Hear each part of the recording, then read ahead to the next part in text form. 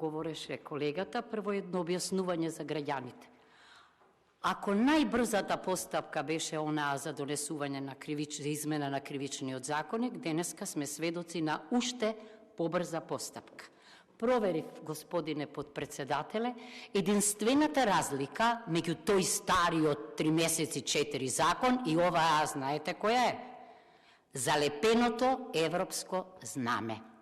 Фронтмени европски во случајов се господинот Артан Груби, името, ама презимето е Џафери.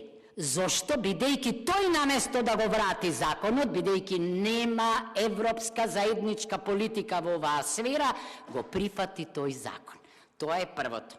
Второто, околу ова кој зашто гласал. Денеска на дневен ред е овој закон.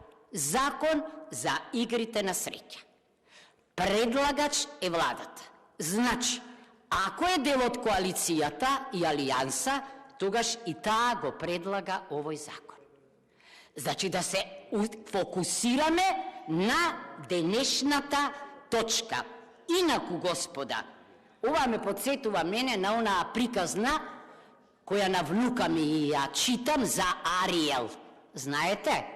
Тело на риба, а глава на жена, на човек. Е тоа во случајов со законот за игри на среќа е невозможно. Се работи за олигархиски и клиентеристички интерес. Срамота е овде да зборуваме за конкуренција, пазете, и за македонско-албанска конкуренција, каде во една ваква активност како што е коцкањето. Што брзате, господа, да не мислите учесниците на опсе да ги прошетате до Визбегово, за да ги видат нашите европски дострели. Срамота.